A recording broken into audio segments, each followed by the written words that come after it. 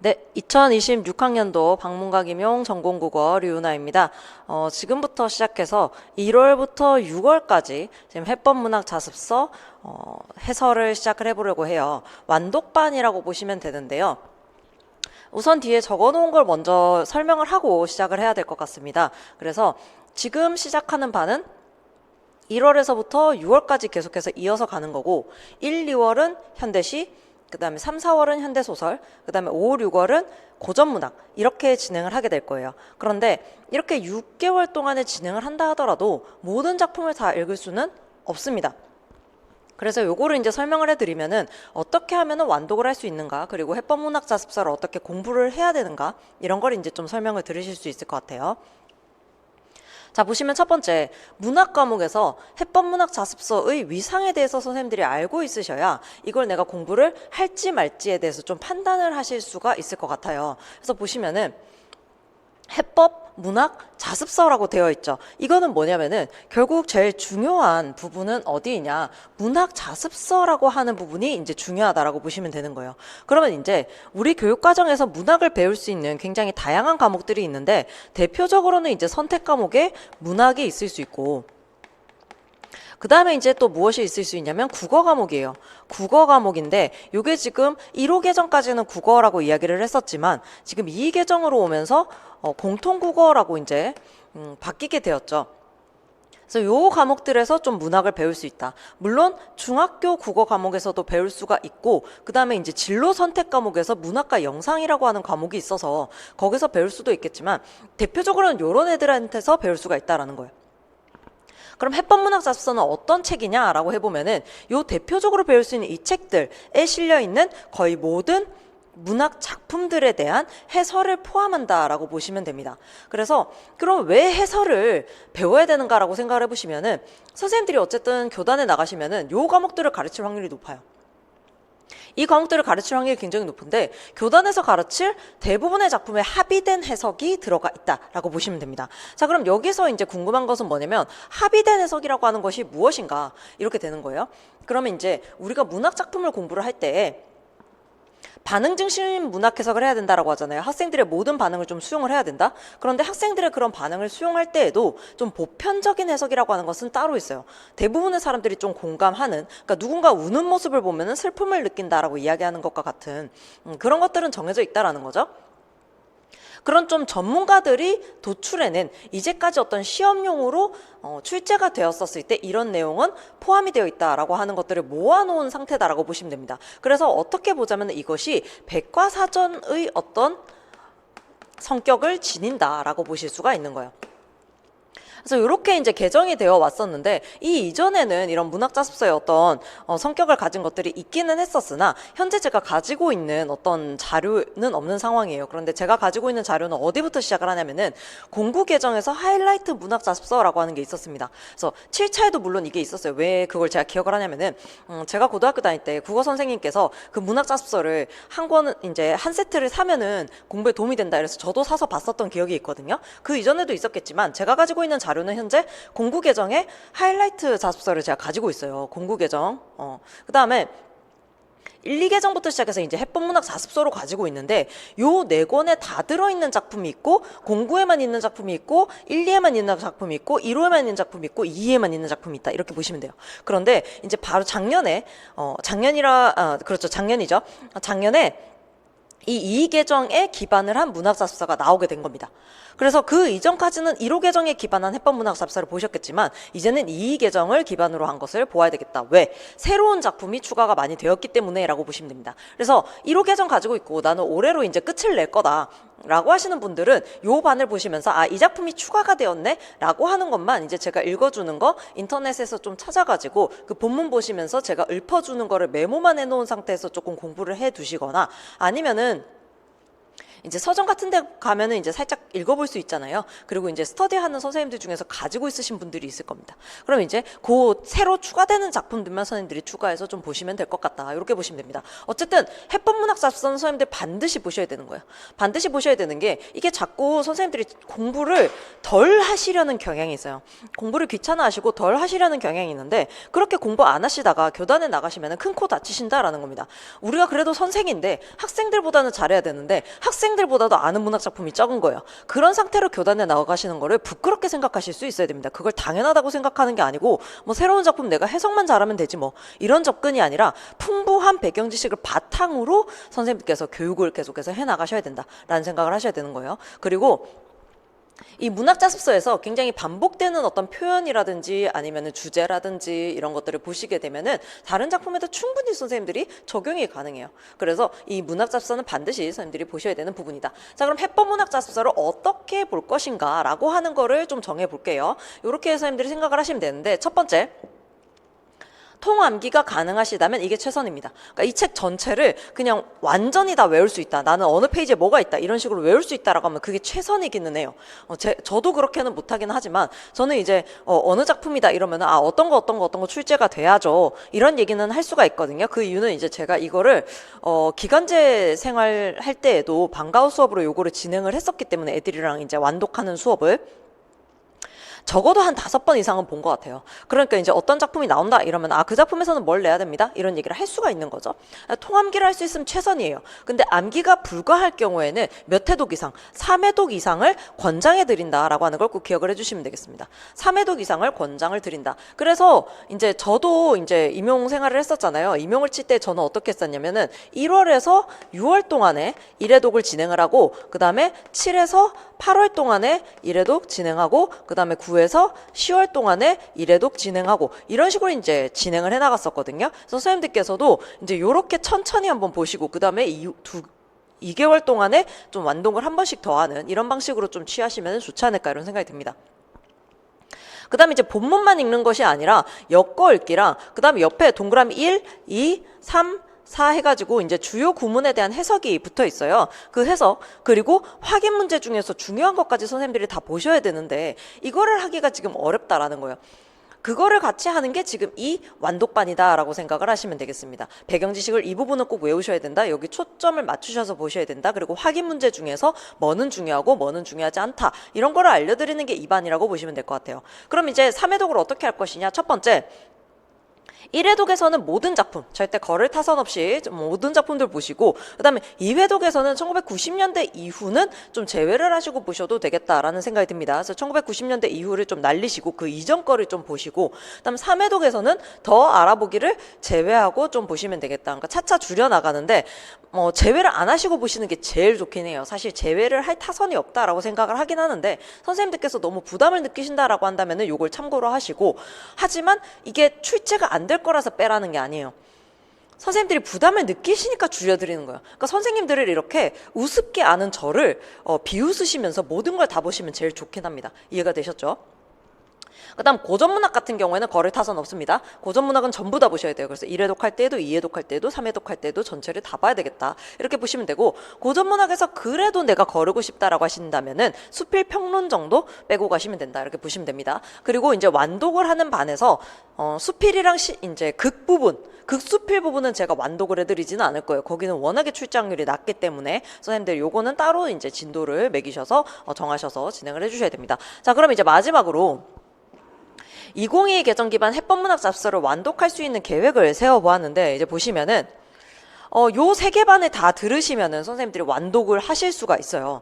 보시면은 1, 2월 문학 이론반에 다룬 작품은 요 2개 반에서 다루지 않을 예정입니다. 제가 그렇게 계획을 짜놨어요. 왜냐면 모든 작품을 다루려고 하면은 촘촘하게 쪼개 나가야 되거든요. 안 그러면 지금 이 반이 하루에 6시간씩 수업을 해야 돼요. 근데 선생님들 이거 보충 강좌로 드려도 잘 안 들으시더라고요. 그래서 선생님들 짧게 압축적으로 선생님들 들으실 수 있는 이제 학습 체력을 고려를 해서 진행할 예정이어가지고 요 세 개 반이 이제 겹치지 않는다. 보는 작품들이. 그래서 1, 2월 문학 이론반, 3, 4월 문학 4반, 1에서 6월 문학 보충 강좌 전체를 다 들으시면은 현대시, 현대소설, 그다음 고전시가, 고전소설에 나오는 모든 작품은 다 다룰 거다. 모든 작품을 한번 읽어보거나 언급은 될 거다. 이렇게 생각을 하시면 되겠습니다. 그래서 요게 지금 2022 개정 기반 해법문학 잡서를 완독을 하고 싶다. 근데 나는 조금 자기주도 학습은 안 된다. 이러시면은 요거 생각을 하시면 되겠습니다. 그리고 지금 1, 2월 문학 이론반에서 제가 현대시 요 해법문학 자습서 진도가 어떻게 나간다, 몇 월에 어느 작품 본다라고 하는 진도표를 드릴 거예요. 진도표를 드릴 거기 때문에 지금 요 보충 강좌 형식으로 나가는 이 수업에서는 하루에 13편 정도씩, 하루에 13편 정도씩 읽어본다. 이렇게 생각을 하시면 좋을 것 같습니다. 그리고 이제 좀 낯선 작품들에 대해서는 제가 설명을 좀 많이 드릴 거고, 그 다음에 조금, 시험에 잘 안 다뤄질 것 같다라거나 아니면 우리가 너무 익숙하게 알고 있는 작품이다 하는 것들은, 내용을 조금 줄여나갈 거예요. 그래서 요 반은 정말 강독반입니다. 제가 해석을 해드리고 이런 게 아니라 딱 나와 있는 그 주어진 해석 있죠. 해석을 선생님들께서 이 부분을 초점을 맞춰서 외우셔야 된다. 이런 얘기를 해드리는 반이에요. 그래서 만약에 선생님들께서 낯선 문학 작품을 좀 해석하는 방법을 알고 싶다라고 하신다면은 지금 또 추가되어 있는 이제 심화 강좌가 있기는 합니다. 그래서 EBS 연계 교재를 다루는 강좌가 있어요. 그 강좌에서는 제가 한 작품 한 작품을 다 이제 해석을 어떻게 해야 되는가 하는 것들을 좀 같이 볼 예정입니다. 선생님들이 강좌의 성격을 정확하게 아시고 나에게 필요한 것을 선택해서 좀 들으실 필요가 있겠다. 이런 생각이 듭니다. 그래서 문학과 관련된 안내사항을 얘기를 해드렸고요. 그러면 지금 요런 표지에, 지금 보시면 이런 표지에 해법문학 자습서, 저는 이제 다 스프링 제본을 했는데 해법문학 자습서 현대시를 한번 보도록 하겠습니다. 32페이지에 동심가 먼저 보도록 할게요. 우리가 지금 개화가사 또는 신체시, 그 다음에 뭐 창가와 관련된 요 작품들 중에서 해액에서 소년에게, 보시면은 지금 4번에 해당하는 해액에서 소년에게, 최남선의 요 작품 같은 경우에는 이 신채시의 대표 작품이죠. 이 작품 같은 경우에는 지금 문학 4반에서 봐야 돼요. 문학 4반에서 봐야 되기 때문에 1, 2, 3번에 해당하는 동심가와 그 다음에 경부철도 노래, 그 다음에 뭐 애국하는 노래, 요거를 우리가 지금 볼 거다. 이렇게 보시면 되겠습니다. 요 세 편을 먼저 보고 그 다음에 이제 일제강점기라고 하는 시대로 좀 본격적으로 넘어가 볼게요. 한번 동심가 보겠습니다. 32페이지. 잠을 깨세 사천년이 꿈속이라 망국이 회동하야 사해가 일가로다. 구구세절 다 버리고 상하동심 동덕하세 남의 부광 불어말고 근본 없이 회빈하랴. 범을 보고 개 끓이고 봉을 보고 닭 끓인다. 문명계와 하려 하면 실상일이 대일이라. 못새고기 불어말고 금을 맺아 잡아보세. 금을 맺기 어려우랴 동심결로 맺어보세. 이렇게 되어 있습니다. 그래서 한번 이제 제가 읽어드렸고, 보시면 이제 동심가, 마음을 모으는 노래다라는 거예요. 그럼 여기에서 지금 중요한 부분은 어디에 있냐? 지금 오른쪽에 나와 있는 작품 한마디부터 시작해서 거의 모든 것이 중요하지 않다라고 생각을 하셔도 됩니다.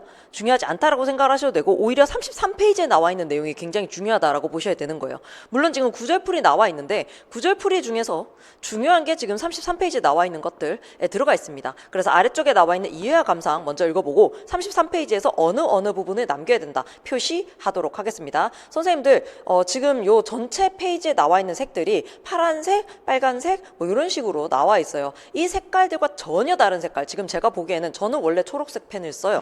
저는 원래 이제 출제 가능성이 높은 펜은 초록 색깔 펜을 써서 표시를 하거든요. 선생님들 같은 경우에 만약에 나는 보라색이나 분홍색 이런 게 마음에 든다 이러시면은 눈에 띄는 색깔, 굉장히 눈에 띄고 이 책의 어떤 색감과 전혀 상관없는 색으로 표시를 하시면은 나중에 공부하실 때도 그거 중심으로 공부를 하시면 돼서 그런 펜들 준비를 해주시면 좋습니다. 자, 이해와 감상 볼게요.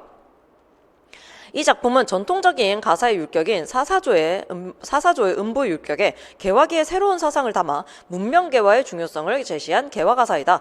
이 작품이 발표될 당시 우리나라는 보수파의 세국정책과 개혁파의 외세 의존적 정책들이 대립하면서 풍전등화의 위기를 맞고 있었다. 이에 작가는 개화의 물결을 거스를 수 없다고 판단하고 나라의 독립과 부강을 이루기 위해 전 국민이 합심 단결하여 개화를 이루기 위한 실천의 길로 나설 것을 촉구하고 있다.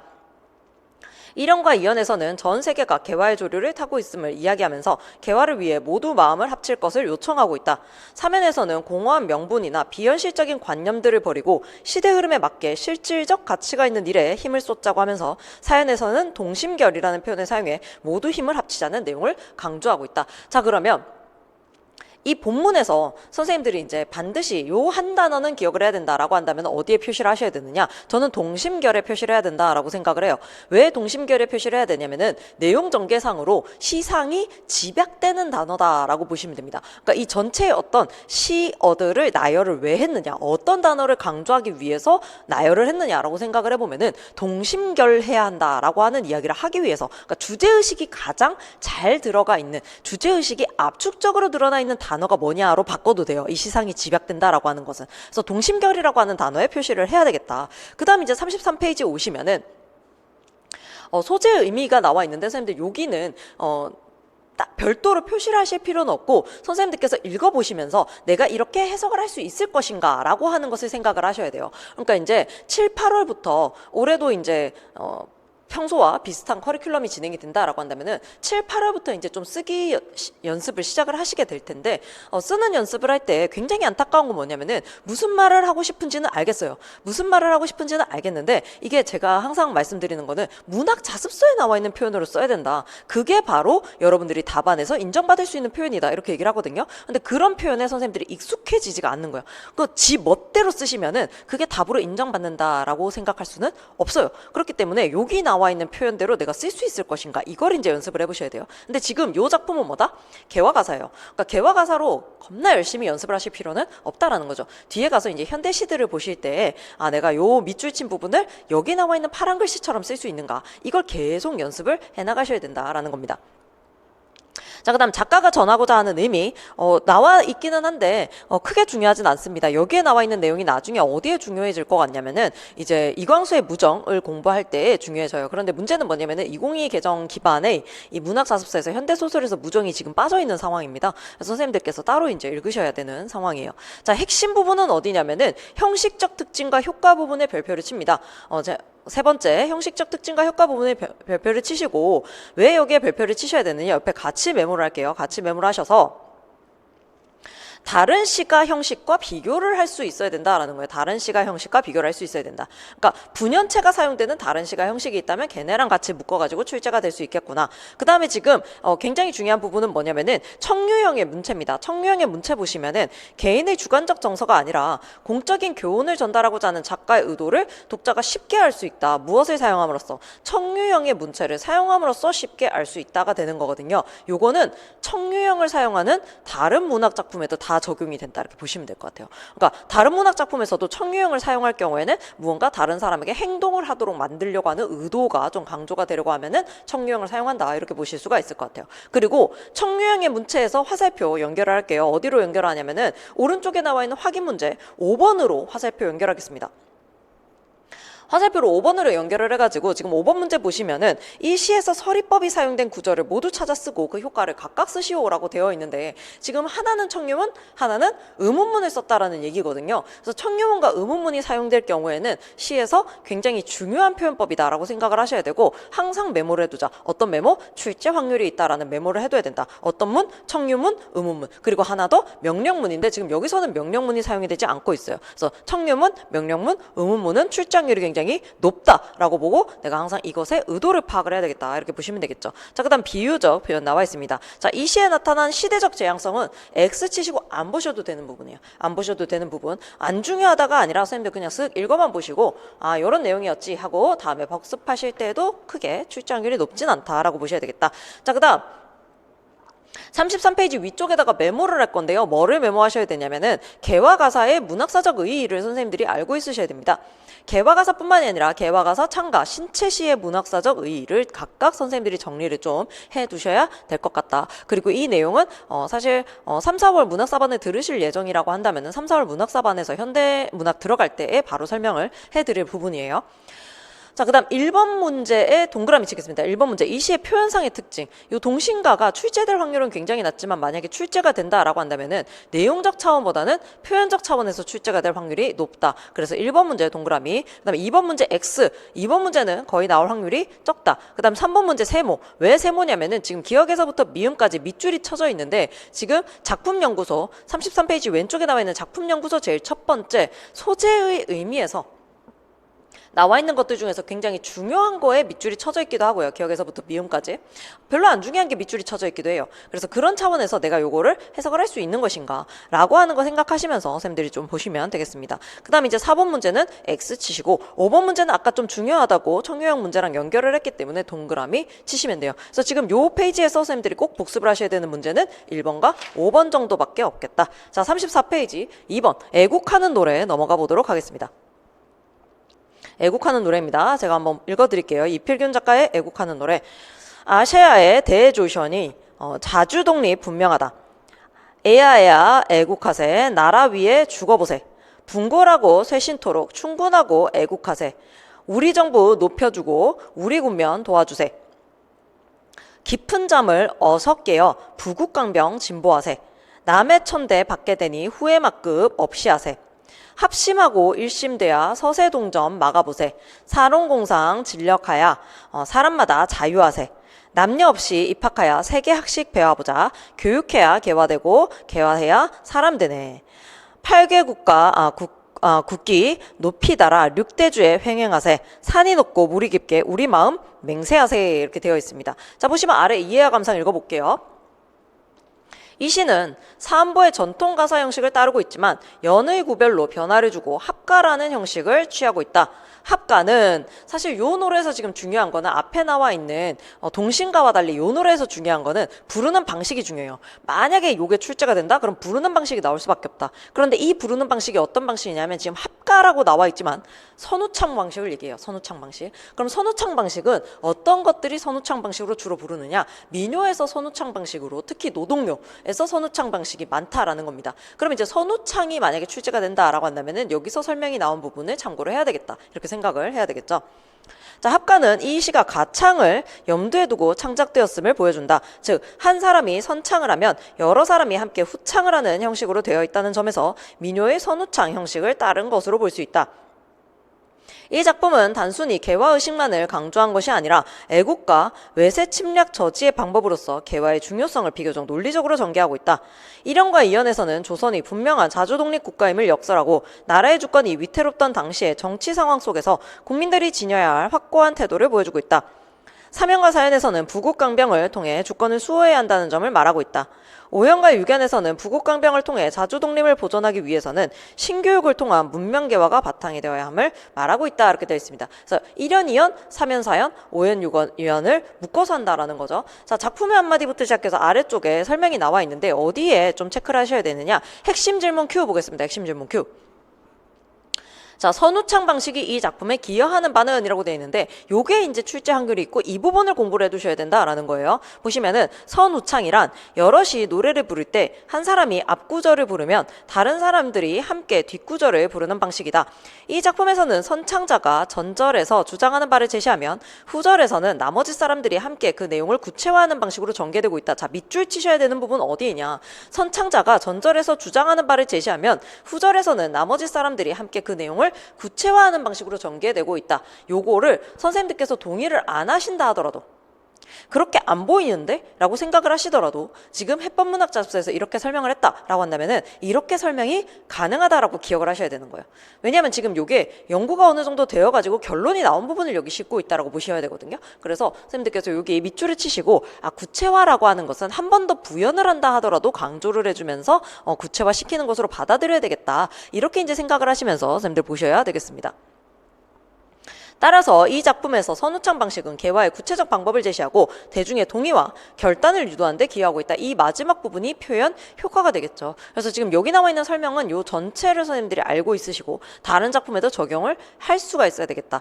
이 정도로 설명이 나오면 이거는 구체화하는 방식이고 두 번 반복했기 때문에 강조가 되는 것이고 강조가 되었기 때문에 대중의 동의를 구할 수 있구나. 이렇게 연쇄적으로 선생님들이 공부를 하셔야 되겠죠. 자, 그 다음에 오연을 보시면 오연의 선생님들이 체크를 하셔야 될 게 있는데, 오연에 보시면 지금 교육해야 개야되고 개화돼야 해야 사람되네라고 되어 있죠. 이 연세법이라고 하는 겁니다. 연세법이라고 하는 것은 안마를 딱 물어가지고 이게 사슬처럼 딱 엮이는 그런 것을 연세법이라고 하는데요. 연세법의 사례가 그렇게 잘 나오지가 않아요. 그래서 연세법이 만약에 나왔다라고 한다면 선생님들 체크를 해두시고 연세법 따로 이제 노트 같은 데 정리를 하셔가지고 요 구절이 연세법이다 이렇게 적어 놓으시는 게 좋아요. 그래야 어떤 표현법이 나왔었을 때 이 부분이 연세법이다. 그리고 여기서 사용된 표현법 써봐라. 이러면 연세법 이렇게 써야 되는 상황인 거죠. 그래서 선생님들 여기 체크를 해두시고 그 다음에 요시 같은 경우에도 뒤에 보시면은 세 동그라미 되어 있는 거 보이시죠? 물론 세가 맨 마지막에 이제 반복이 되기 때문에 운율을 만들어낼 수도 있지만 지금 요게 청유형 어미라는 거예요. 그러면 동심가에서 이미 청유형 어미를 배웠기 때문에 그것의 표현 효과를 선생님들이 거의 그대로 가지고 오셔서 보실 수 있어야 되겠다. 자, 35페이지 넘어오시면 작품연구소 되어 있는데요. 이 시의 형식적 특징과 효과 마찬가지로 중요합니다. 요거는 지금 별표 쳐두시고 여기는 따로 공부를 해야 되겠다. 특히 어디를 보셔야 되느냐, 잔정적 어조와 청유형 어미 사용, 그 다음에 이제 선우창 방식, 요거를 이제 잘 보셔야 되겠다.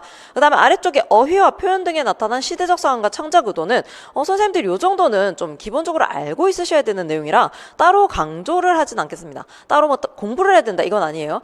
바로 위에 거는 선생님들이 뭐 이 작품을 복습을 할 때 공부를 따로 하지 않으면 기억을 못 하실 만한 내용입니다. 그래서 요건 따로 공부를 해야 되는데 그 아래 발전에 나와 있는 어휘와 표현 등에 나타난 시대적 상황과 창작 의도 요건 한 번만 읽어보시고 이 정도 배경 지식은 머릿속에 있어야 되겠구나 이렇게 생각을 하셔야 되겠습니다. 자, 그 다음에 자료실에 보시면 한국문학의 영속성과 개화기의 시가라고 되어 있는데 요게 아까 제가 말씀드린 개화, 가사와 창가와 그 다음에 신체시의 어떤 문학사적 의의에 대해서 약간 간략하게 언급을 하고 있는 부분이에요. 그래서 요거를 꼭 읽어보셔야 되는 상황입니다.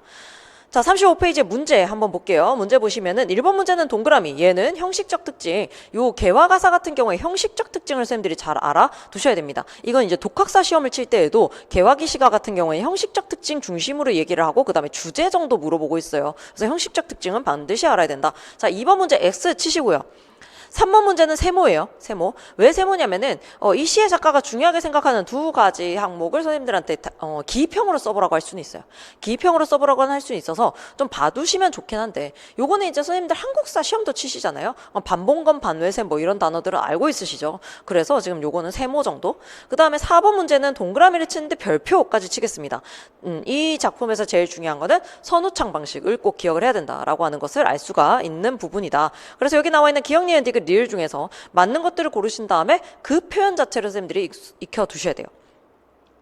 자, 그 다음에 5번 문제는 세모를 치는데 이 부분은 옆에 메모까지 하셔야 됩니다. 자, 보시면 문제가 이 시에서 말하고자 하는 바를 보기와 같이 정리할 때 빈칸에 들어갈 사음들의 시어를 찾아 쓰라 라고 되어 있는 거예요. 근데 요거 우리 시험에도 거의 그대로 가져다 쓸 수 있어요. 뭐냐면은 이와 같은 도식으로 정리해서 지도를 한다면 어떻게 할 거냐 라고 하면서 이런 도식을 주고 선생님들한테 어떤 단어가 들어가야 될 것인가, 어떤 내용을 채워 넣을 수 있을 것인가 라고 하는 것을 예전에 이제 윤공가능의 나비를 통해서도 한번 봤었죠. 그래서 이런 도식 충분히 나올 수 있다. 문학에서도 그렇게 생각을 하시고 쌤들이 잘 봐두셔야 되는 문제입니다. 6번 문제는 X 치시면 돼요. 그래서 여기에서는 쌤들 공부를 하셔야 되는 문제는 1번, 4번, 5번 정도. 3번은 아까 세모 치고 그냥 별로 강조를 하지 않았기 때문에 참고로만 봐두시면 되겠습니다. 그래서 2번, 6번은 확실히 날리시고 1번, 3번, 4번, 5번 특히 1번, 4번, 5번 중심으로 봐주시면 되겠다. 자, 그 다음 이제 최남선의 경부 털도 노래 보겠습니다. 경부 털도 노래 36페이지. 한번 읽어볼게요. 이거 엄청 긴 시간인데 지금 여기에서는 1, 2절만 나와 있는 상황입니다. 자, 우렁튀하게 토하난 기력 소리에 남대문을 등디고 떠나나가서 빨리 분한 바람의 형세 같으니 날개가 딘 새라도 못 따르겠네. 무엇을? 기차를 못 따르겠다. 이런 얘기를 하는 거죠. 경부털도니까. 그 다음 늙은이와 젊은이 섞여 앉았고 우리네와 외국인 같이 타트나 내외 틴소 다 같이 익히 디네니 조고마한 딴 세상 덜노 일원네. 제가 바보라서 지금 이렇게 읽는 게 아니라 지금 여기에 중세국어 형식으로 적혀 있어요. 중세국어 형식이라기보다는 이제 우리 근대국어 형식인 거죠. 그래서 또 이렇게 중세나 근대 형식으로 이제 적혀 있는 거는 그렇게 한번 읽어보시고요. 아래 이해와 감상 보겠습니다. 이해와 감상 보시면은 이 작품은 장편 기행체의 창가로 이제 창가라는 거예요. 근대 문명을 상징하는 경부철도의 개통을 찬양함으로써 문명 개화에 대한 긍정적인 시각을 제시하고 있다. 당시 경부선의 시작인 남대문역부터 종착역인 부산역까지 여러 역을 차례로 열거하면서 풍물, 인정, 사실 등을 담아내는 형식을 취하고 있다. 스코틀랜드 민요 밀밭에서의 곡조에 총 67절로 된 가사를 붙인 이 노래는 7호조 창가의 효시 작품으로 당시 일본에서 유행하던 철도가에서 모티프를 얻은 것으로 보인다. 제시한 부분은 첫 두 절인데 1절에서는 기적을 울리며 힘차게 출발하는 기차의 빠른 모습, 2절에서는 노인과 젊은이, 내국인과 외국인이 같은 기차에 동승한 새로운 모습을 노래하고 있다.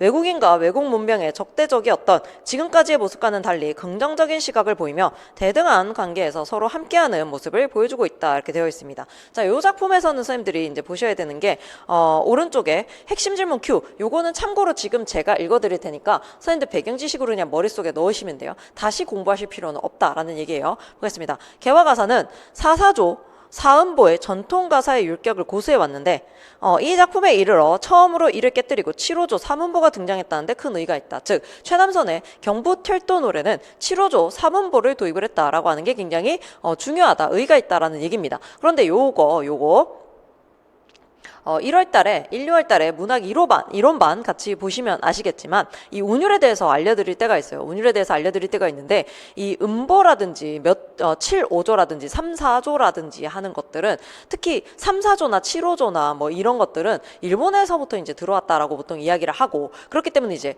그리고 음보 같은 경우에도 이게 우리가 자연스럽게 읽고는 있으나 이 음보라든지 이런 것들을 정확하게 이해를 하려면은 영미시의 악센트까지 이해를 해야 되는 상황이에요. 그래서 우리의 어떤 운율을 파악하기에 조금 좋지 않을 수 있다. 특히 7호조와 3, 4조 같은 경우가 그렇다라고 이제 볼 수가 있거든요. 이 글자 수를 맞추는 것 자체가 좀 인위적인 방식이기 때문에 그런 부분도 선생님들이 운율을 공부하실 때 좀 문제의식을 가지고 보실 필요가 있어요. 어쨌든 최남선의 경부철도 노래는 인정은 해주자. 뭐를 7호조의 삼음보가 처음으로 도입이 되었다라고 하는 것을 인정은 해주자라고 하는 거 기억에 딱 넣으시고 이제 이 부분은 안 읽으셔도 되는 거예요. 안 읽으셔도 되고 어디로 넘어가면 되느냐? 37페이지로 넘어가시면 됩니다. 37페이지로 넘어가 주시면 돼요.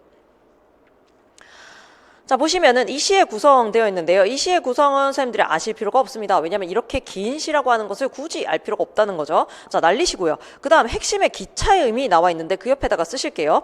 개화기 다른 작품 감상을 위해 개화기 다른 작품 감상을 위해 알아두어야 한다. 개화기 다른 작품 감상을 위해 알아두어야 된다. 즉 개화기에 시든 소설이든 이 기차가 등장하는 경우가 많다라는 겁니다. 그때 기차가 등장할 때 어떤 의미를 가지느냐라고 하는 게 여기에 정리가 되어 있기 때문에 요거를 우리가 받아들이자라고 생각을 하시면 되는 거죠. 자, 보겠습니다. 개화기의 기차는 학교, 우편제도 등과 함께 서구의 영향을 받은 신문명을 상징하는 대표적 소재였다. 거대한 기차의 위용과 빠르게 달리는 민첩함, 강하게 뿜어내는 증기의 모습은 서구 문물의 위력을 각인시키기에 알맞은 소재로 문명개화의 계몽 메시지를 노래한다라고 되어 있습니다. 자, 거기에서 화살표 살짝 빼셔서 뭐를 쓰셔야 되냐면은 이게 또 산업화 시대로 가면은 기차 의미가 달라져요. 그때로 가게 되면은 이 산업화 시대에서는 기차가 뭐가 되냐면은 이 환경을 오염시키죠. 환경을 오염시키고 그 다음에 이제 너무 빠른 속도이기 때문에 우리의 어떤 전통 사회를 파괴하는 주범처럼 느껴진다라는 겁니다. 그러니까 이게 기차라고 하는 게 개화기 시절에 나오는 것과 산업화 시절에 나오는 게 다르다. 그러면은 개화기 작품 하나, 산업화 작품 하나 이렇게 한 다음에 기차 똑같이 나온다. 동그라미 또는 기역, 니은 밑줄을 쳐놓고 이 각각의 의미를 대조해서 써봐라. 이런 문제 나올 수 있느냐? 당연히 나올 수가 있다라는 거예요. 이런 식으로 선생님들께서 생각을 하시면서 공부를 하셔야 됩니다. 생각을 하면서 이거랑 이게 엮일 수가 있구나. 어떻게 엮이지? 라고 하는 걸 스스로 이제 보시면서 파악을 해나가셔야 돼요. 자, 이 시의 창작의도 굳이 보실 필요 없습니다. 그 다음에 작가의 시대의식 비판 나와 있는데 요거는 참고로만 읽어주세요. 한번 읽어보겠습니다. 당시 일제는 조선을 발판으로 삼아 대륙을 침략하기 위해 경부철도를 부설하였으며 근대화의 주체가 우리나라가 아닌 일본이었다는 점에서 기차는 일제의 침략적 도구였다. 그런데도 작가가 철도 부설로 인한 문명의 개발을 동경하고 찬양한 점은 일제에 의한 식민지 근대화를 긍정적으로 받아들인 것으로 볼 수 있어 민족의식의 결여로 비판받을 수 있다. 그러니까 이거는 작가가 시대를 비판했다라고 하는 게 아니라 작가가 가진 시대의식이 별로였다라고 이제 비판을 해봐야 된다. 이런 얘기가 되겠죠. 자, 그러면 37페이지 확인 문제 볼게요. 1번 문제 세모입니다. 지금만 풀어보시고 딱히 안 풀어보셔도 돼요. 그다음에 2번 문제 세모인데 요거는 이 두 작품이 묶여서 출제가 될 확률이 거의 없기 때문이에요. 지금 두 작품 중에 하나도 나올 확률이 거의 없는데 두 개를 동시에 낼 필요가 없다라는 거죠. 그래서 여기서만 읽어보시고 그다음에 선생님들이 어떻게 해보시면 좋냐면 이 문제를 푸실 때 밑에 선택지를 가리세요. 밑에 선택지를 가리신 다음에 내가 한번 써보고 그게 밑에 나와 있는 선택지 중에 있는가를 보시는 거예요. 그런 다음에 내가 답을 맞췄는가를 봐야 돼요. 그렇게 하면은 서술형 연습이 됩니다. 그리고 내가 틀렸다라고 한다면은 그 맞는 선택지 있죠. 맞는 선택지를 옆에다가 그대로 필사를 해보세요. 그대로 필사를 해보시면은 이게 서술형 연습에 굉장히 탁월한 도움이 됩니다. 그래서 선생님들 그렇게 연습을 해주세요. 자, 3번 문제 X 치시고요. 굳이 뭐 해석할 필요 없죠. 그 다음에 4번 문제는 여기다 메모만 하겠습니다. 동그라미 치시고 메모만 할 건데 이런 형태가 기본이 되어서 변형 문제가 가능하다. 이런 형태가 기본이 되어서 변형 문제가 가능하다. 왜냐면은 요게 아까 나왔던 그 도형 문제랑 똑같아요. 몇 번 문제냐면은 지금 35페이지에 제가 5번 문제에 요 변형 가능하다라고 했잖아요. 얘도 지금 도식화 시켰잖아요. 그렇기 때문에 이 시의 각절에 표현된 기차의 모습을 다음과 같이 정리할 때 빈칸에 알맞은 말을 쓰시오 라고 했으면은 선생님들이 쓰실 수가 있어야 되고 학생들 지도할 때도 요런 표를 그려줄 수가 있어야 돼요. 그래서 요거는 충분히 변형이 가능한 문제다. 이렇게 보시면 되겠습니다. 자, 우리 지금 이제 개화기 끝났고요. 광복시대로 넘어가 보겠습니다. 몇 페이지 볼 거냐면요. 44페이지 보겠습니다. 44페이지에 김소월의 개여울입니다. 전 사실 이거를 심수봉 선생님의 노래로 먼저 들었었기 때문에, 그리고 제가 옛날에 약간의 여담이지만 제가 옛날에 취미생활이 뭐였냐면은 그 노래방 책을 사가지고 노래방 책을 기억부터 다 들었었어요. 기억에 조금 초반에 이 개여울 노래가 나오거든요. 노래가 굉장히 좋습니다. 그래서 저는 요게 이렇게 시로 안 읽히고 자꾸 노래로 이제 읽히더라고요. 선생님들 한번 노래 들어보세요. 자, 개여울 보겠습니다. 당신은 무슨 일로 그리합니까? 지금 3음보인데 두 개 행으로 나눈 거죠. 당신은 무슨 일로 그리합니까? 홀로이 개여울에 주저앉아서 파릇한 풀포기가 돋아나오고 잔물은 봄바람에 해적일 때 가도 아주 가지는 안노라시던 그러한 약속이 있었겠지요. 날마다 개여울에 나와 앉아서 하염없이 무엇을 생각합니다. 가도 아주 가지는 안노라심은 굳이 잊지 말라는 부탁인지요. 이렇게 되어 있습니다. 그래서 이제 보시면은 출제 포인트가 상당히 있어요. 있는 편인 시다. 그리고 얘가 지금 이전에 문학잡지에서 안 실려 있던 애예요. 안 실려 있던 애인데 지금 새로 들어온 애거든요. 이렇게 될 경우에는 이제 출제 확률이 조금 있다라고 생각을 할 수 있겠죠. 제가 이제 기준으로 출제 확률 잡는 작품들은 뭐냐면은 요 네 개 문학 잡지에 다 실려있다. 이러면 출제확률이 그래도 좀 높다. 요거는 반드시 알아야 되는 작품이다. 그 다음에 앞에 나와있던 문학 잡지에 안 실려있었는데 얘만 실려있다. 이래도 이제 출제확률이 조금 높다. 이렇게 볼 수 있을 것 같아요. 그 다음에 여기에는 안 실려있는데 앞에서는 실었었다. 이런 작품들도 출제확률이 있다는 거죠. 결론적으로는 다 보라는 얘기인데 이런 식으로 이제 빠졌다 들어갔다 하는 작품들은 좀 주의 집중할 필요가 있겠다라고 보시면 되겠습니다. 자, 그러면 방금 제가 말씀드린 것처럼 사문보가 쪼개져 있다라고 하는 것도 선생님들 알아두셔야 되고요. 요거는 이제 김소월 시인이 특히 잘 쓰는 방식이죠. 이제 3, 4월 문학사반에서 언급해 드리겠지만 김소월 시인 같은 경우에는 김억 시인의 영향을 받아서 제자였는데 요 민요시라고 하는 장르를 이제 개척해 나갔어요. 그래서 민요 율격을 우리 현대시에 어떻게 가지고 올 거냐. 그대로 가지고 오면 이건 현대시라고 할 수가 없다. 그냥 민요다. 그렇기 때문에 이거를 우리가 현대시로서 어떻게 받아들일 것인가 라고 했었을 때 행구본을 통해서 사문보를 뜯어버리는 거예요. 이런 방식을 취한다라고 하는 설명을 나중에 또 더 자세히 해드릴 겁니다. 그래서 지금도 이거를 선생님들께서 뜯으셔서 사문보로 읽으실 수가 있어야 돼요. 자, 그러면 당신은 무슨 일로 그리합니까? 라고 질문을 하면서 이제 시작을 하고 있는 거죠. 홀로이 개여울에 주저앉아서. 근데 선생님들이 주저앉아서 지금 표시가 되어 있지만 주저앉아서랑 밑에 나와 앉아서가 묶어놔야 돼요. 묶어놓으셔야 되고 그 다음에 요거 충분히 기입형으로도 출제할 수 있다. 기입형으로 출제할 수 있는 게 지금 나와 앉아서 아래에 나와 있는 설명을 보시면은 일연에 주저앉아서가 변화가 되었는데 화자의 능동적 행위라고 되어 있죠. 그런데 지금 주저앉아서라고 하는 것은 능동성이 떨어진다라는 겁니다. 이거는 능동적이지 않다. 그러면은 지금 어떻게 문제를 낼 수 있느냐? 일연에 나와 있는 행동이 변화된 시어로서 화자의 능동성을 강조하는 부분을 찾아서 쓸 것이라고 하면 선생님들께서 기입형으로 찾아서 쓰실 수가 있어야 되는 거예요. 그러니까 어떻게 변형이 될지 아시겠죠? 이런 식으로 이제 연결이 되어 있는 시 안에서도 연결이 되어 있는 어떤 시어들이 있다? 이러면 선생님들께서 당연히 잘 보시고 요걸 어떻게 출제할 것인가라고 하는 것을 충분히 고려를 해서 공부를 해주셔야 되겠습니다. 자, 그런 차원에서는 지금 사면과 오연을 당연히 크게 동그라미를 치셔서 묶으시고, 지금 여기서도 묶어놨지만 요 정도 강조로는 안 돼요. 그래서 크게 동그라미를 치시고 얘네를 묶어 놓으셔야 됩니다. 그러면서 지금 사면이 오연에서 변형이 되었다라는 거죠. 그럼 보시면 가도 아주 가지는 않노라시문으로 변형이 된 거죠. 위쪽에는 가도 아주 가지는 않노라시던으로 되어 있고, 그럼 왜 변형시켰느냐? 왜 변형시켰고 무엇을 강조하고자 하였는가? 그러니까 선생님들 어떤 표현을 썼다라고 한다면 그것은 의도가 있는 거고 무엇을 강조하고 싶다라는 거예요. 그럼 무엇을 강조하고자 하였는가라고 하는 걸 선생님들께서 찾아내셔야 된다라는 거죠. 마지막에 보시면은 당신의 말이 자신을 잊지 말라는 부탁임을 어렴풋이 깨닫는 화자의 모습을 강조하고 싶었다라는 거예요. 그래서 약속의 의도를 추측하여 당신에게 질문하는 모습으로 끝을 맺고 있다. 그 다음에 이제 보시면은 거기 지금 사면이랑 오연을 묶은 다음에 뭐라고 써놨냐면은 통사구조의 변주와 반복으로 운율감을 형성한다라고 되는데, 이거 밑줄 치고 별표 3개 빵 치셔야 됩니다.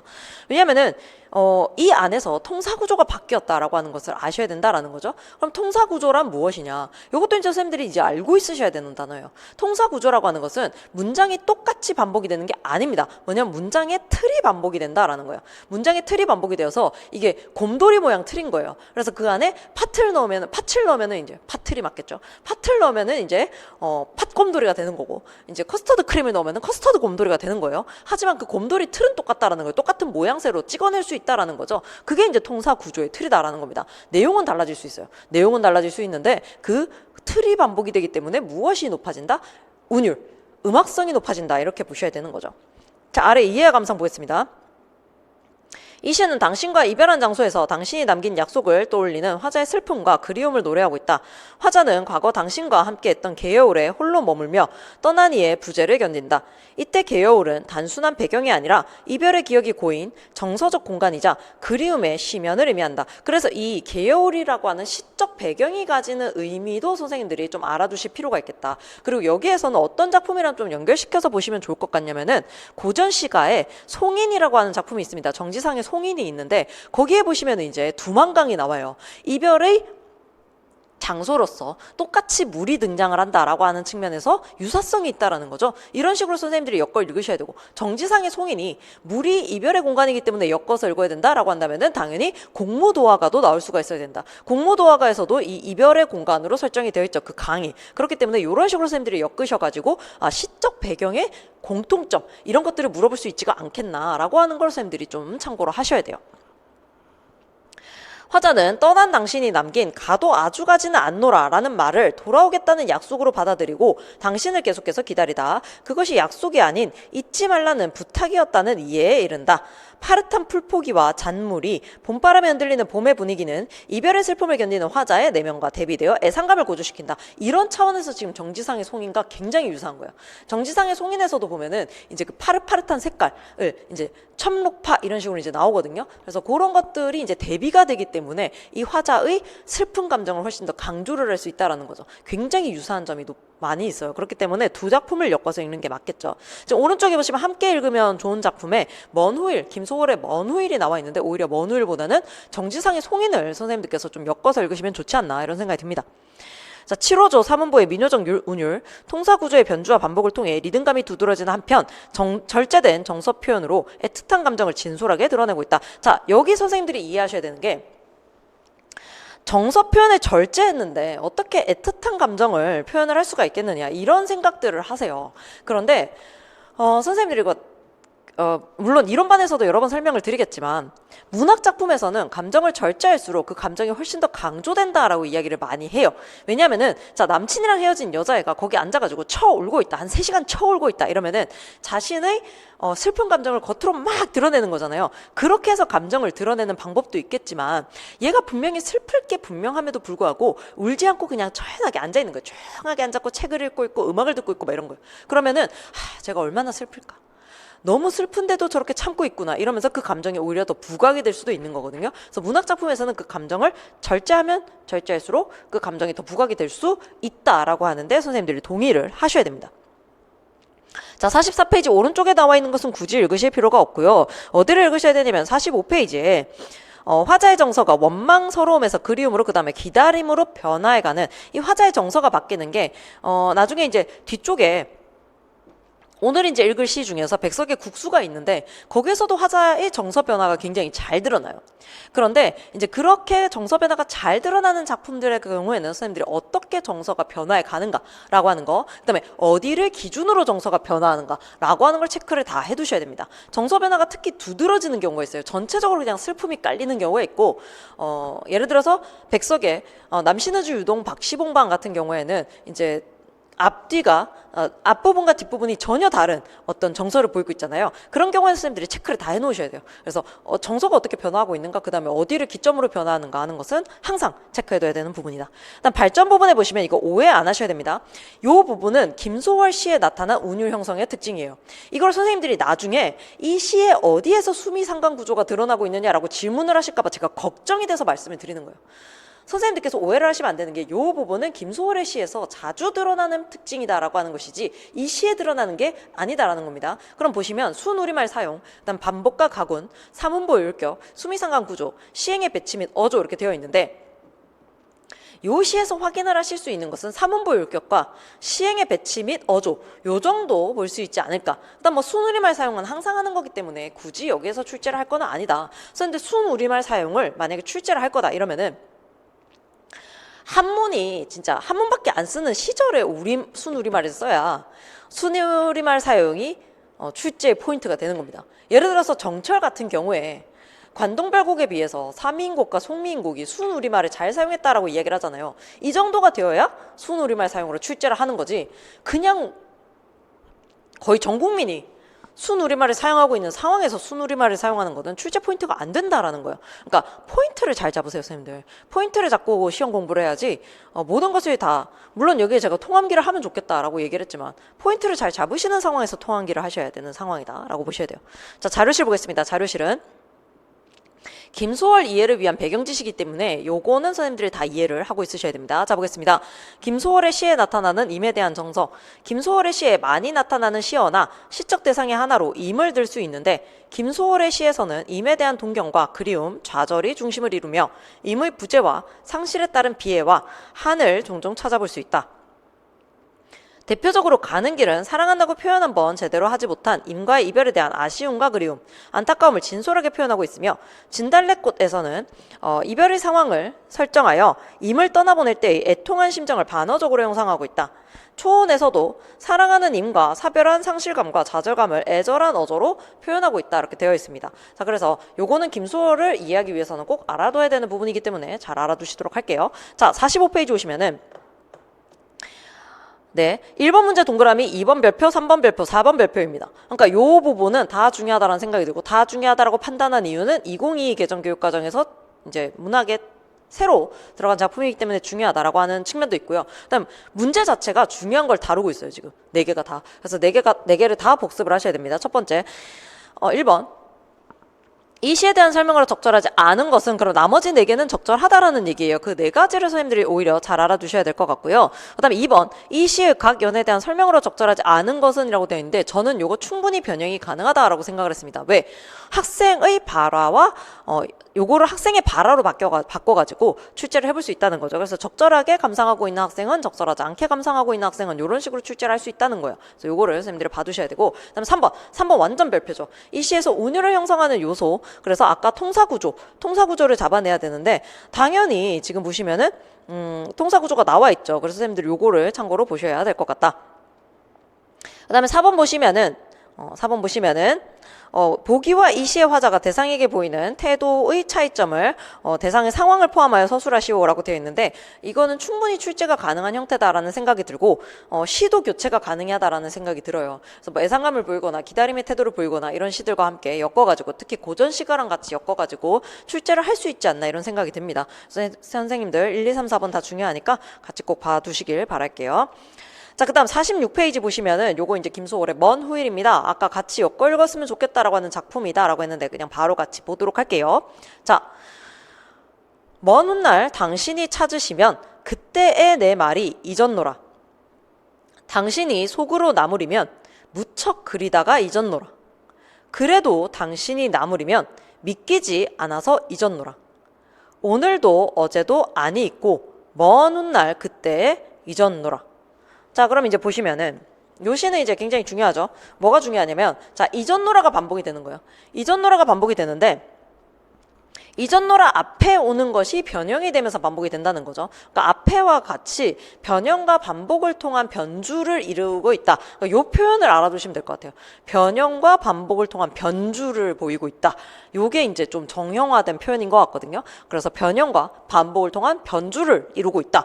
이런 표현을 선생님들이 알아두셔야 될 것 같아요. 그럼 1번을 보시면은 첫 번째 1연을 보시면 먼 훗날 당신이 찾으시면 그때의 내 말이 잊었노라. 지금 뭐냐면은 미래의 상황을 가정하고 있는 거예요. 미래의 상황을 가정한 다음에 그때 내가 잊었다라고 이야기를 할 거다. 당신이 속으로 나무라면 무척 그리다가 잊었노라. 그러니까 무척 그리워했는데 그 그리워한 나는 과거의 존재이고 지금의 나는 잊었다, 잊은 존재다라고 이야기를 하는 거죠. 그런데 이제 그 아래에 보시면은 이별을 받아들일 수 없는 심정, 언제 받아들일 수 없는, 이거를 좀 설명을 더 쓰셔야 될 것 같아요. 뭐냐면은 지금 당장은 이별을 받아들일 수 없는 심정이라고 생각을 하셔야 될 것 같아요. 그러니까 미래에 내가 이렇게 얘기를 할 거라는 거잖아요. 그럼 지금의 나는 무척 그리워하는 상황에 머물러 있다라고 봐야 되는 거죠. 그래도 당신이 나무라면 이라고 되어 있는데, 선생님들 요거 선생님들 좀 이제 못 받아들이시더라도 받아들이셔야 될 부분이라서 제가 체크를 해드릴게요. 그래도의 동그라미를 치신 다음에 이게 화자의 미련이 남아있는 거 라고 이제 본다라는 겁니다. 근데 우리가 보기에는 지금 당신이 질척거리고 있잖아요. 지금 내가 잊었다고 하면 그만이지 왜 자꾸 물어보냐 이렇게 생각을 할 수도 있는데, 이게 당신이 질척거리는 게 아니라 내가 질척거리고 있다라고 생각을 해야 되는 거예요. 왜냐면은 지금 요 상상 속에 나오는 당신은 모두 다 내가 떠올린 당신이에요. 그렇기 때문에 실제로 당신은 안 그럴 수도 있어요. 그런데 내가 계속해서 당신이 물었으면 좋겠다라고 생각을 하고 있는 거거든요. 그렇기 때문에 이 그래도라고 하는 것은 화자의 미련이 나타나 있는 부분이고, 내가 잊지 않겠다라고 하는 어떤 의지가 드러나는 부분이다 라고 봐야 되는 부분이다. 자, 믿기지 않아서 잊었노라. 당신이 다시 돌아올 것이라 믿지 못하여 잊었다라는 거죠. 그러니까 이제 미래에 나는 그거를 못 믿었고, 과거에 나는 믿었다라고 이제 봐야 되는 상황인 거예요. 오늘도 어제도 아니 있고, 자, 오늘도 현재도 어제도 과거도 아니 있고 먼 훗날 그때에 잊었노라. 근데 이 상황은 올지 안 올지 몰라요. 그거는 내가 가정한 상황이기 때문에 어쨌든 그 미래에는 당신을 잊겠다. 근데 이것은 반대로 무엇을 의미하느냐? 오늘은 내가 잊지 않겠다라는 거예요. 오늘은 내가 당신을 잊지 않을 것이다 라고 하는 오히려 그 의지를 강조하고 있다라고 봐야 되는 거죠. 그러니까 선생님들이 강조점이 어딘지를 잘 생각을 하셔야 돼요. 이 미래에 있겠다라고 하는 의지를 강조하고 있는 게 아니다라는 거예요. 뭐냐면은 오늘은 내가 당신을 잊지 못한다라고 하는 이 지점을 강조하고 있다라고 받아들이셔야 되는 겁니다. 그러니까 선생님들이 강조점을 미래의 상황으로 두는 순간 틀려요. 틀리고 선생님은 문학 해석을 잘 못한다 이렇게 생각을 하실 수도 있는 겁니다. 자, 그럼 그 아래 이해의 감상 보겠습니다. 이 시는 떠나간 임을 잊을 수 없는 심정을 표현한 시이다. 표면상으로는 먼 훗날 당신과 만나는 때 잊었노라 라고 말하겠다고 서술하고 있지만 심층적으로는 잊을 수 없다는 의미를 담고 있다. 언제 잊을 수 없다. 지금은 잊을 수 없다. 이는 각 연에 반복적으로 사용되고 있는 잊었노라를 통해 반어적으로 드러난다. 먼저 1연에서 화자는 잊었노라라고 말하겠다고 하지만 가정하고 있는 시간과 상황은 시간이 오래 지난 뒤 그것도 당신이 나를 찾으실 때가 되어서야 그러하다. 이어지는 2연과 3연에서는 당신이 그 이유를 묻는다면 무척 그리다가 이윽고 믿기지 않아서 잊었다고 말하겠다는 화자의 말은 이별을 받아들일 수 없는 심정을 나타낸 표현에 가깝다. 그 다음 이제 선생님 꺽쇠해서 저는 그 다음 문장을 아예 묶었어요. 묶었는데 왜냐면 이게 그래도 부분을 강조하는 부분이라서 제가 특히 표시를 해뒀습니다. 특히 3연의 그래도라는 부사는 오히려 떠나간 이미 자신에게 더 물어봐 주기를 바라는 미련의 의미로도 읽힌다. 요까지 묶어놨어요. 그래도를 강조를 했다. 또한 이미 떠난 상태인 현재는 각 연에서 임과의 만남을 가정하는 미래 시제로 표현되고 있어 계속해서 임과의 만남을 전제하고 있다는 점도 떠나간 임을 잊은 상태는 아니다. 이상으로 볼 때 화자의 잊었노라는 잊었다는 사실의 확인이 아니라 오히려 잊을 수 없다는 마음의 표현이라는 점에서 임을 잊을 수 없는 현재의 안타까운 마음을 반어적으로 표현한 것으로 볼 수 있다. 그럼 이제 여기서는 반어법이 쓰였네 라고 생각하시기 쉬운데, 자, 별표 치겠습니다. 47페이지에 자료실에 별표 5개를 치셔야 될 것 같아요. 왜냐면 항상 헷갈리시는 부분이 뭐냐면은 반어와 역설을 헷갈려 하시거든요. 근데 지금 여기에서 설명을 어떻게 하고 있나 볼게요. 반어와 역설, 잊었노라는 표현은 실제 자신의 마음과 반대로 표현한 것이기 때문에 표현 의도에 집중하면 반어법으로 볼 수 있다. 한편 시 전체의 구조를 살펴볼 때에는 내용에 명백한 모순이 나타나서 어제도 오늘도 아니 있고 라는 표현을 통해 절대 임을 잊지 않겠다고 하면서 미래인 먼 훗날에는 과거 시제로 잊었노라 라고 말하는 점을 고려하면 역설의 표현 방법도 사용되었다고 볼 수 있다고 되어 있어요. 근데 이게 조금 오해를 살 것 같다라는 생각이 드는 게 역설의 표현 방법이 쓰였느냐라고 하면은 이게 역설의 표현 방법이 쓰이지는 않았다라고 볼 수 있을 것 같습니다. 그러면 무슨 얘기죠? 이렇게 생각을 할 수 있는데, 자, 역설의 표현 방법이라고 얘기를 하려고 하면은 이게 모순 형용이 드러나야 역설의 표현 방법까지 쓰였다라고 이제 보통 이야기를 하는데, 자, 이렇게 A 사건과 B 사건이 있었을 때 지금 여기에서는 뭐냐면은 미래의 나는 잊었노라라고 이야기를 하고 있고, 그 다음에 과거와 현재의 나는 그렇지 않은 상황이라는 거죠. 만약에 요거 두 개가 공존할 수가 없다라고 한다면, 사실 요거는 역설법이 맞아요. 이 두 개가 공존할 수 없다라고 한다면은. 그런데 지금 보면은 이 미래 시점이 언젠지를 모르는 거예요. 미래 시점이 언젠지를 모르는데, 자, 이렇게 볼게요. 자, 이렇게 이제 했었을 때, 지금 뭐 예를 들어서 12월 26일이 요 날이야. 26일이 요 날이고 12월 29일이 요 날이야. 그런 다음에 이제 1월 7일이 이 날이에요. 그래서 1월 7일에 이미 와가지고 너 나 잊었니? 이랬을 때 잊었노라 했는데 요 시점에 잊은 거야. 29일 이쯤에 잊었어. 그런데 잊었노라라고 했었을 때 요 때를 얘기한 거예요. 근데 지금 나는 12월 26일에 있는 거야. 12월 26일. 그러면 지금 나는 미래 이렇게 얘기할 거다 했었을 때 이 두 개는 공존할 수 없을 것 같아요. 왜냐하면 지금 미래에 말하는 과거는 요 때가 아니잖아요. 그럼 요것도 성립하지 못하고 요것도 성립하지 못하고 이렇게 될 수가 있거든요. 그런데 지금 만약에 요 미래에 내가 가정한 이 미래에 말하는 과거가 여기다. 12월 29일이다. 이러면 사실 두 개가 공존할 수 있는 거잖아요. 그러면 지금 이게 역설적인 표현이냐라고 하면 이거는 좀 논란이 될 수도 있을 것 같습니다. 그래서 반어법이 사용된 건 맞는 것 같고, 반어법이 사용된 건 확실한 것 같고, 역설적 상황 인식이다라고 할 수는 있을 것 같아요. 역설적인 상황 인식이다라고는 할 수 있을 것 같아요. 근데 지금 여기에서 역설적인 표현 방법이 쓰였다라고 한다면 이것은 조금 논의를 해봐야 될 부분이다. 그러니까 확실히 아니다. 이것까지는 아니에요. 그런데 논의가 좀 필요한 부분이다. 아니라고 할 수도 있을 것 같다. 이렇게 보셔야 될 것 같습니다. 자, 그 다음 선생님들 표시하셔야 될 게 뭐냐면 46페이지에 핵심 질문 Q는 선생님들 출제 확률이 있기 때문에 이 부분은 동그라미 쳐서 묶어두셔야 될 것 같아요. 자, 왜 이 작품에서 제일 중요한 게 뭐냐라고 하면 그 이전노라와 관련된 표현 방법입니다. 그래서 화자의 사태 인식이 제일 중요해요. 이 시에서는. 그럼 보시면은 화자는 이전노라라고는 말하지만 사실은 임을 잊지 못함을 반어적으로 표현한 것이다. 그리고 이전노라의 반복을 통해 임을 잊을 수 없음을 강조하여 표현하고 있다. 마지막 구절에서 화자는 오늘도 어제도 잊지 못하고 먼 훗날에나 이전노라라고 말한다. 사실상 이는 임을 잊으려면 먼 훗날이라는 긴 세월이 필요함을 뜻하며, 자, 밑주십니다. 사실상 이는 임을 잊으려면 먼 훗날이라는 긴 세월이 필요하다. 그 다음에 임을 잊지 못하겠다라고 하는 현재 화자의 그리움을 절절하게 표현하는 부분이다까지 밑줄을 치셔야 되는 거죠. 그러니까 요 시에서 출제 포인트 하나다. 한 문제만 내야 된다. 이러면 당연히 이전노라를 내야 돼요. 뭐 그래도를 낼 게 아니라는 거예요. 이전노라를 당연히 내줘야 된다. 자, 그 다음 47페이지에서 선생님들이 체크를 해두셔야 되는 게 이 시에 드러난 표현법과 그 효과 보시면은 반어법, 대꾸법, 반복법 정도는 선생님들이 걷어내실 수 있을 것 같아요. 그러니까 알고 있으실 것 같다는 거죠. 근데 선생님들이 좀 체크를 해두셔야 되는 것은 뭐냐면 점층법이 쓰였다라고 하는 거. 점층법은 잘 안 나옵니다. 점층법이 사용된 작품들이 많지 않기 때문에 이렇게 나왔을 경우에는 항상 표시를 해야 돼요. 점층법이나 정강법. 보시면 점층법, 당신을 그리워하고 잊을 수 없는 마음을 점점 더 강하게 표현하는데 잊었노라, 무척 그리다가 잊었노라, 믿기지 않아서 잊었노라 이렇게 되어 있다라는 거죠. 그래서 선생님들 요거는 선생님들 체크를 해두시자. 반어적 표현의 의미는 당연히 알고 있으셔야 되겠죠. 그 다음에 발전에 이 시에 나타난 시간성 나와 있는데 요거는 뭐 보기 정도에는 넣을 수 있는 부분인 것 같아서 참고로 한 번만 읽어보시고, 제일 중요한 거는 점층법과 맨 마지막에 반어와 역설 부분, 그 다음에 이제 왼쪽에 나와 있는 46페이지에 이전노라를 통해 알 수 있는 화자의 정서, 이게 오히려 중요하다. 자, 그럼 47페이지의 문제 한번 보시면은 1번 세모 크게 중요한 건 아니고요. 자, 2번은 동그라미 치시고 별표. 요거는 지금 고전 시가랑 엮어가지고 화자의 인식에 대한 얘기이기 때문에 요게 지금 중요하다. 그러니까 역설적 상황 인식에 대해서는 좀 알아두실 필요가 있는 거예요. 그러니까 요것도 사실은 역설적인 상황 인식에 대한 얘기예요. 그래서 2번 중요하고요. 그다음 3번 동그라미. 이 시의 형식적 특성에서 찾을 수 있는 한국 문학의 전통을 수시오라고 되어 있는데 메모하실게요. 뒤에 같이 메모하셔야 되는 게 뭐냐면은 전통적 율격에 대한 인식, 전통적 율격에 대한 인식을 선생님이 가지고 있으셔야 이 문제를 풀 수가 있습니다. 전통적 율격에 대한 인식을 가지고 있으셔야 돼요. 자, 4번 문제는 X 치겠습니다. 4번 문제 X. 요거는 크게 중요하지가 않다.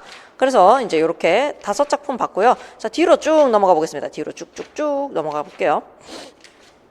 몇 번을 봐야 되냐면 선생님들도 항상 옆에 진도표를 놔두고 보시면 도움이 되겠죠. 80페이지에 선우사 보겠습니다. 80페이지 선우사.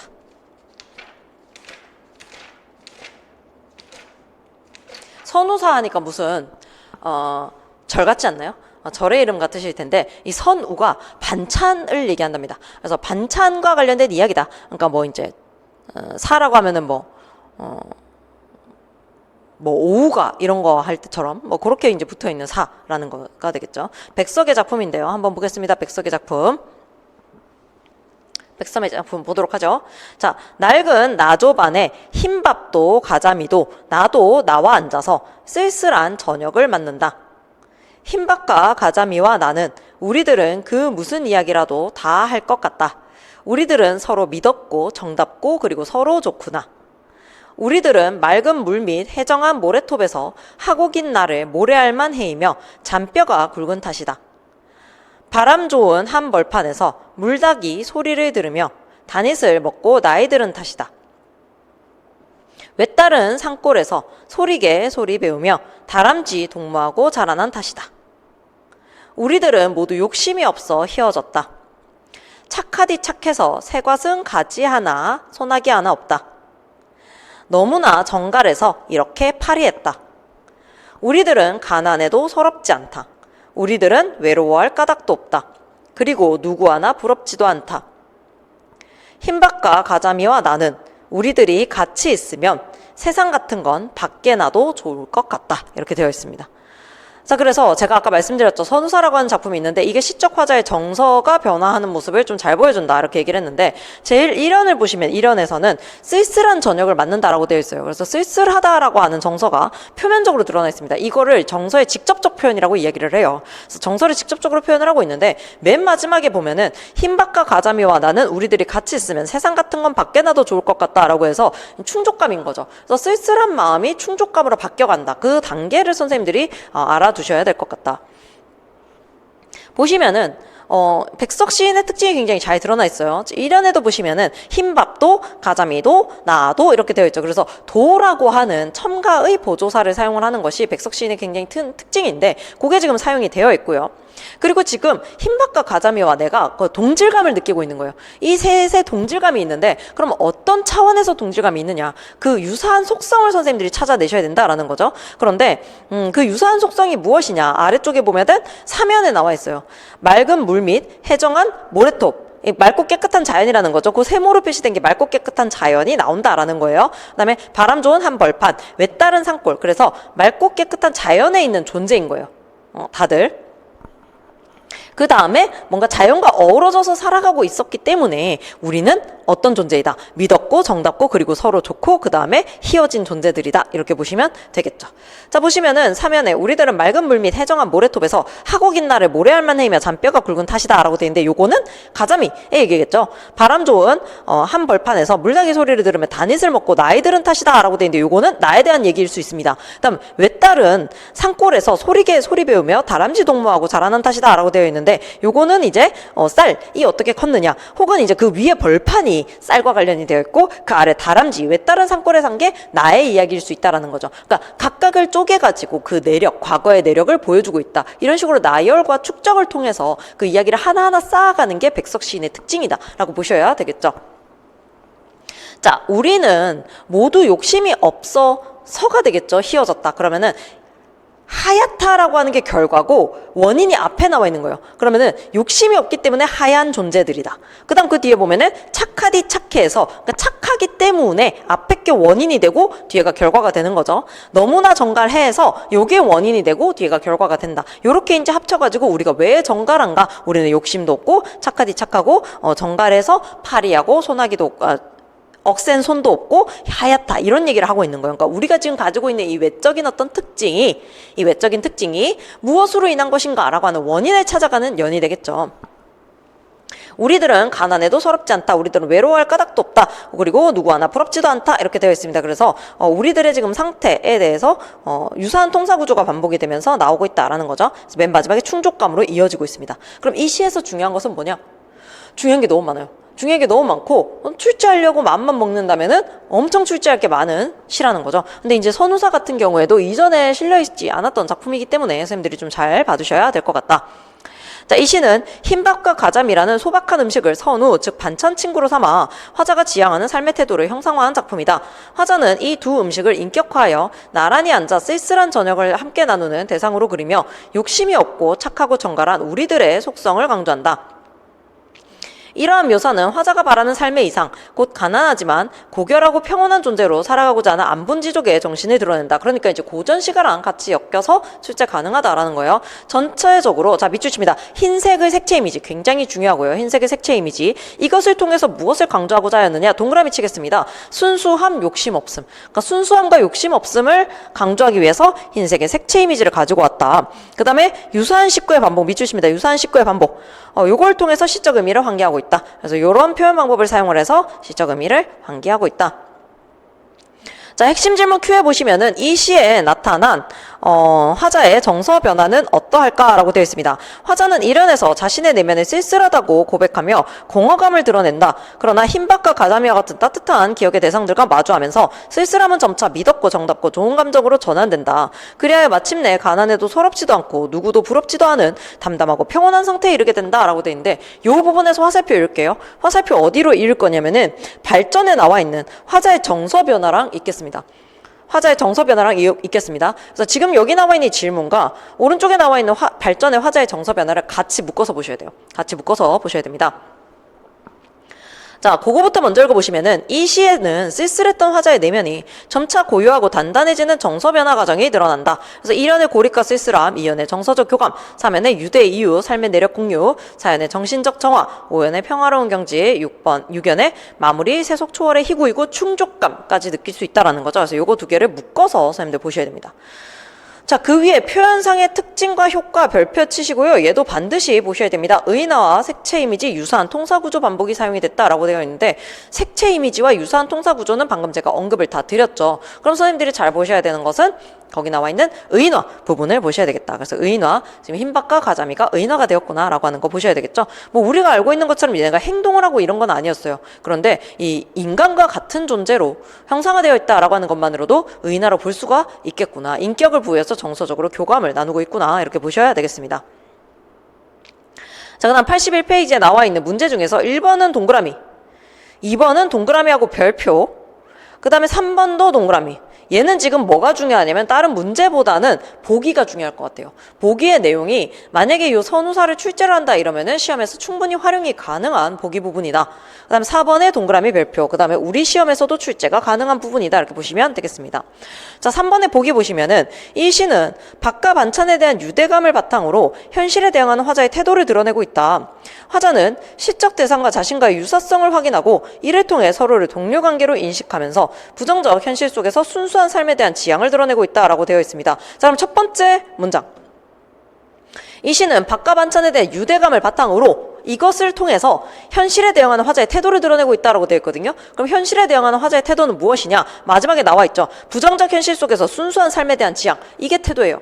순수한 삶을 지향하기 때문에 무슨 이미지가 강조가 되었다? 색채 이미지가 강조가 되었다. 이렇게 봐야 되는 거죠. 흰색의 색채 이미지가 강조가 되었고 그것을 통해서 순수함, 이상향, 지향 이것을 보여주고 있다. 이렇게 선생님들이 해석을 해나가셔야 되겠습니다. 자, 그 다음 84페이지로 올게요. 84페이지에 국수입니다. 백석의 국수 보겠습니다. 한번 읽어볼게요. 눈이 많이 와서 사내새가 벌로 나려 먹이고 눈구덩이에 토끼가 덜어 빠지기도 하면 마을에는 그 무슨 반가운 것이 오는가 보다. 한가한 애동들은 어둡도록 꿩사냥을 하고 가난한 엄매는 밤중에 김치가재미로 가고 마을을 구수한 즐거움에 사서 은근하니 흥성흥성 들뜨게 하며 이것은 오는 것이다. 이것은 어니 양쥐기 혹은 능달 쪽 외따른 산 옆 은댕이 예대가리 밭에서 하룻밤 뽀얀 흰 김 속에 접시기 소기름 뿌리 뿌연 부엌에 산멍에 같은 분투를 타고 오는 것이다. 이것은 아득한 옛날 한가하고 즐겁던 세월로부터 실같은 봄빛 속을 타는 듯한 여름 볕속을 지나서 들쿠레한 9, 10월 갈바람 속을 지나서 대대로 나며 죽으며 나며 하는 이 마을 사람들의 의젓한 마음을 지나서 텁텁한 꿈을 지나서 지붕의 마당에 우물든덩에 한방눈이 푹푹 쌓이는 연희 하룻밤, 아베 앞에 그 어린 아들 앞에, 아베 앞에는 왕사발에, 아들 앞에는 새끼사발에 그득히 사리워 오는 것이다. 이것은 그 곰의 잔등에 엎혀서 기려놨다는 먼 옛적 큰마니가 또 그 집등세기에 서서 자채기를 하면 산 너먼 마을까지 들렸다는 먼 옛적 큰 아바지가 오는 것 같이 오는 것이다. 아, 이 반가운 것은 무엇인가? 이 희스무레하고 부드럽고 수수하고 슴슴한 것은 무엇인가?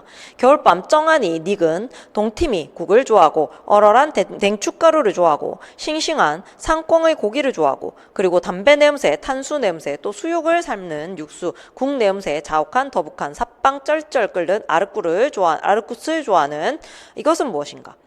이 조용한 마을과 이 마을의 의젓한 사람들과 살트라니 친한 것은 무엇인가?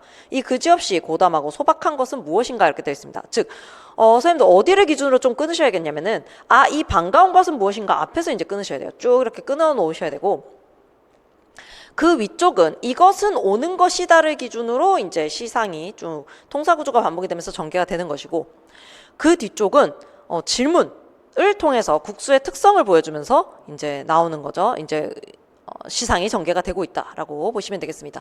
그러니까 위나 아래나 둘 다 국수의 특성을 나열을 하고 있어요. 둘 다 국수의 특성을 나열을 하고 있는데 특히 이제 중간에 동그라미 1이 붙어 있는 부분에 이것은가 오는 것이다를 보시면은 이것은가 오는 것이다 사이가 굉장히 길어져 있어요. 그래서 장형화가 되어 있는데 이것 또한 백석 시인의 특징이다라는 거죠. 그래서 이것은과 오는 것이다 사이를 굉장히 길게 느림으로써 국수의 특징을 나열을 해주고 그 다음에 길어짐으로써 판소리 문체처럼 어떤 운율감을 만들어주고 이런 특징을 보이고 있다라고 보셔야 되겠습니다. 그 다음 그 아래쪽은 제가 끊으라고 했던 아래쪽은 이제 질문을 사용을 해서 국수의 특성 그리고 국수를 좋아하는 우리 민족의 특성을 나열을 해주고 있다. 그래서 동일한 어떤 문형을 반복함으로써 운율감도 만들고 그 다음에 시상을 전개하고 있다. 이렇게 보시면 되겠죠. 자, 이해와 감상 보겠습니다. 이 시는 국수에 대한 화자의 아련한 기억을 개성적이면서도 토속적인 언어로 그려냄으로써 우리 민족의 일상적인 삶과 소박한 정서, 민족 공동체에 대한 그리움을 드러내고 있다. 자, 어디 표시하셔야 되느냐? 토속적인 언어 표시를 해두셔야 되고요. 그다음 민족 공동체에 대한 그리움 동그라미 치고 별표 칩니다.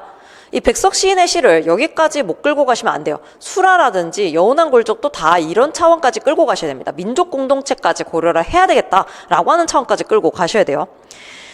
이 시는 처음부터 끝까지 연이어 등장하는 감각적인 시어를 통해 식생활과 관련된 삶의 모습을 마치 직접 눈앞에서 보듯이 생생하게 펼쳐낸다. 이러한 다양한 감각을 동원하여 평화롭고 화목한 고향 마을의 전경을 재구성하면서 비슷한 경험을 공유하고 있는 동시대 민족 구성원들의 공감을 불러일으키는 것이다.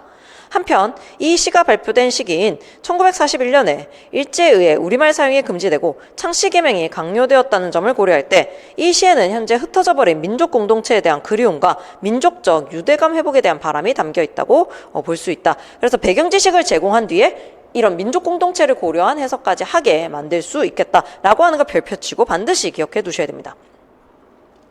자, 핵심 질문 큐 볼게요. 무엇은 무엇인가? 라고 하는 질문을 반복한 이유는 여기 반드시 봐두셔야 됩니다.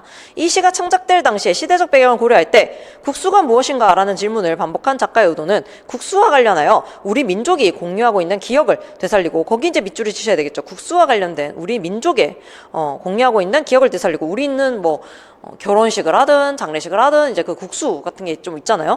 민족적 유대감을 강조하기 위한 것으로 볼 수 있다. 이렇게 보시면 되겠죠. 자, 는 85페이지에 보셔야 되는 것은 일단은 핵심에 이 시에 나타난 구문, 시어의 반복이 갖는 특징, 요거는 별표를 치시고 반드시 선생님들이 이제 보셔야 된다. 보시면은 이제 이것은 오는 것이다 라고 되어 있는데 이것은 것이다 따로 떼고 그 다음에 온다라는 말이 반복이 된다라는 걸 따로 뗐죠. 요거 보셔야 되고 그 다음 이것은 무엇인가 라고 하는 질문의 반복, 요거 반드시 선생님들 알아두셔야 됩니다. 그래서 이것은 뭐뭐한 것이다는 유사한 문장 구조를 반복함으로써 운율을 형성하고 국수와 관련된 이야기 에 담긴 친밀감을 느끼게 한다. 또한 국수가 음식이라는 가벼운 생활 소재에서 우리 민족의 삶과 정서를 드러내는 상징적인 의미 구조를 갖는 것으로 확장을 시키고 있다라고 하는 거 봐주셔야 되겠죠. 그다음에 온다. 온다라는 말은 이것을 지칭하는 국수를 의인화하면서 우리 민족과 함께한 국수의 오랜 역사적 전통과 의미를 환기하는 거예요. 이제 얘가 온다 이러면서 우리의 어떤 역사가 다 함께 온다 이렇게 볼 수가 있는 거죠. 자, 그다음 이것은 무엇인가? 자, 이것은 무엇인가라는 질문의 반복은 국수의 특성을 드러내면서 동시에 국수를 좋아하는 우리 민족의 특성을 보여준다 하는 것까지 봐두셔야 되겠습니다. 자, 그다음 국수가 가진 의미 위쪽에 나와 있기는 한데 선생님들 국수가를 가리키는 대상보다는 상징적 의미를 한번 읽어봐 주시면 좋을 것 같아요. 외우실 필요까지는 없고 상징적 의미 정도 봐주시면 좋을 것 같다. 그다음에 이 시의 창작 의도는 지금 이해와 감상에서 읽은 거와 거의 유사합니다. 그래서 한 번 정도 읽어만 주시면 될 것 같고 굳이 외울 필요는 없다. 대신에 자료실에 나와 있는 것은 백석 이해를 위한 필수 지식이기 때문에 요거는 꼭 알아두셔야 됩니다. 자, 백석시에 음식물이 자주 등장하는 이유라고 나와 있는데요. 첫째, 일제강점기 우리 민족의 궁핍한 생활상을 반영했기 때문이다. 둘째, 민족 고유의 정서를 재생하고 환기하기 위한 노력의 일환이다. 셋째, 생활의 일부를 보여줌으로써 구체적인 삶의 정서를 드러내기 위함이다. 넷째, 본능적이고 원초적인 욕망, 즉 생명력이나 사랑에 대한 갈망의 표현이다. 다섯째, 공동체와 민족적 연대감을 회복하기 위한 시도이다. 요거 정도는 선생님들이 알아두셔야 돼요. 자, 그 다음에 85페이지에 나와 있는 문제 중에서 1번과 2번은 X 치셔도 됩니다. 1번, 2번, 3번 다 날리셔도 돼요. 1번, 2번, 3번 다 날리시고 4번만 제대로 봐주시면 됩니다. 4번만 제대로 봐주세요. 다음은 이 시를 제재로 한 수업 장면이다. 빈칸에 들어갈 적절한 말을 20자 내외로 쓰시오. 선생님들의 서술형이나 마찬가지죠. 그래서 선생님의 대사 보시면 2형과 3형에는 무엇은 무엇인가라는 의문형 구문이 반복되어 나타나 있습니다. 이러한 반복은 1차적으로 국수의 맛과 멋을 강조하는 역할을 하죠. 그리고 이 시의 사회문화적 맥락을 고려하면 무엇을 강조하는 역할을 한다고 볼 수 있다. 공유와 유대감을 넣어야 된다. 그래서 요 교사의 마지막 말에 들어갈 것으로 적절한 것을 서술하시오. 이렇게 되면 우리 시험 문제가 되는 거예요. 그래서 거의 우리 문제랑 동일하다라고 생각을 하시고 연습을 해 주셔야 되겠습니다. 여기까지 해가지고 지금 한 7편의 작품을 봤는데요. 잠깐만 끊었다가 선생님들 나머지 작품들 보도록 할게요.